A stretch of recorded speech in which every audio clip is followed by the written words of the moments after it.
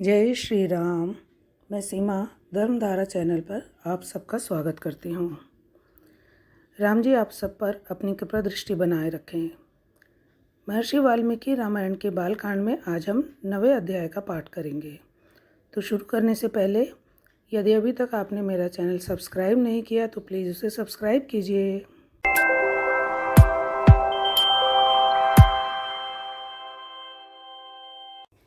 तो आइए शुरू करते हैं। 9वां सर्ग। सुमंत्र का राजा को ऋष्यशृंग मुनि को बुलाने की सलाह देते हुए उनके अंग देश में जाने और शांता से विवाह करने का प्रसंग सुनाना। पुत्र के लिए अश्वमेध यज्ञ करने की बात सुनकर सुमंत्र ने राजा से एकांत में कहा, महाराज एक पुराना इतिहास सुनिए। मैंने पुराणों में भी इसका वर्णन सुना है।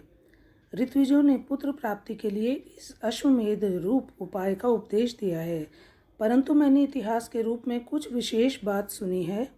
राजन, पूर्व काल में भगवान सनत कुमार ने ऋषियों के निकट एक कथा सुनाई थी। वह आपकी पुत्र प्राप्ति से संबंध रखने वाली है। उन्होंने कहा था, मुनिवरों, महर्षि कश्यप के विभांडक नाम से प्रसिद्ध एक पुत्र हैं। उनके भी एक पुत्र होगा जिसके लोगों में ऋष्यशृंग नाम से प्रसिद्धि होगी। वे ऋष्यशृंग मुनि सदा वन में ही रहेंगे और वन में ही सदा लालन पालन पाकर वे बड़े होंगे। सदा पिता के साथ रहने के कारण विप्रवर्ग ऋष्यशृंग दूसरे किसी को नहीं जानेंगे। राजन, लोक में ब्रह्मचर्य के 2 रूप विख्यात हैं और ब्राह्मणों ने सदा उन दोनों स्वरूपों का वर्णन किया है। एक तो है दंड, मेखला आदि धारण रूप मुख्य ब्रह्मचर्य, और दूसरा है ऋतुकाल में पत्नी समागम रूप गौण ब्रह्मचर्य। उन महात्मा के द्वारा उक्त दोनों प्रकार के ब्रह्मचर्यों का पालन होगा। इस प्रकार रहते हुए मुनि का समय अग्नि तथा यशस्वी पिता की सेवा में ही व्यतीत होगा।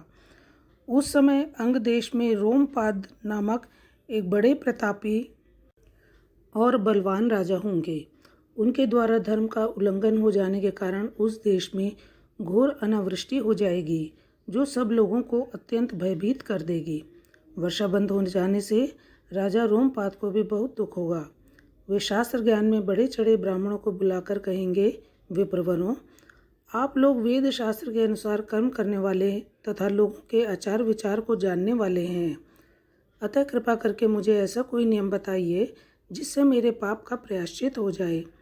राजा के ऐसा कहने पर वेदों के पारंगत विद्वान सभी श्रेष्ठ ब्राह्मण उन्हें इस प्रकार सलाह देंगे। राजन, विभांडक के पुत्र ऋष्यशृंग वेदों के पारगामी विद्वान हैं। भोपाल, आप सभी उपायों से उन्हें यहाँ ले आइए। बुलाकर उनका भली भांति सत्कार कीजिए। फिर एकाग्रचित हो वैदिक विधि के अनुसार उनके साथ अपनी कन्या शांता का विवाह कर दीजिए। उनकी बात सुनकर राजा इस चिंता में पड़ जाएंगे कि किस उपाय से उन शक्तिशाली महर्षि को यहाँ लाया जा सकता। फिर वे मनस्वी नरेश मंत्रियों के साथ निश्चय करके अपने पुरोहित और मंत्रियों को सत्कार पूर्वक वहाँ भेजेंगे। राजा की बात सुनकर वे मंत्री और पुरोहित मुंह लटकाकर दुखी हो यूँ कहने लगेंगे कि हम महर्षि से डरते हैं, इसलिए वहाँ नहीं जाएंगे। यूँ कहकर वे राजा से बड़ी अनुनय विनय करेंगे।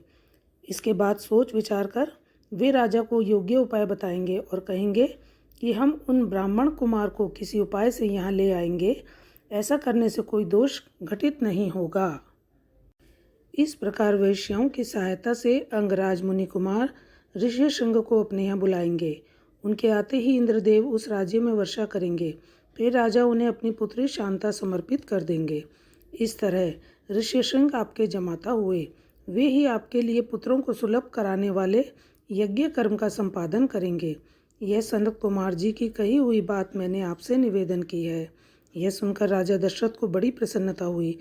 उन्होंने सुमंत्र से कहा, मुनि कुमार, ऋष्यशृंग को वहाँ जिस प्रकार और जिस उपाय से बुलाया गया वह स्पष्ट रूप से बताओ। इस प्रकार श्री वाल्मीकि निर्मित आर्ष रामायण आदि काव्य के बालकांड में 9वां सर्ग पूरा हुआ।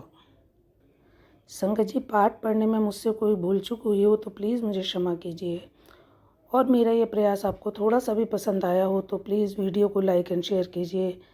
मेरे चैनल को सब्सक्राइब कीजिए, बेल आइकन को प्रेस कीजिए ताकि नेक्स्ट वीडियो की नोटिफिकेशन आपको तुरंत मिल सके। तो मिलते हैं नेक्स्ट वीडियो में नेक्स्ट चैप्टर के साथ। तब तक आप स्वस्थ रहिए, प्रसन्न रहिए और राम जी आप पर सदा अपनी कृपा दृष्टि बनाए रखें। जय श्री राम।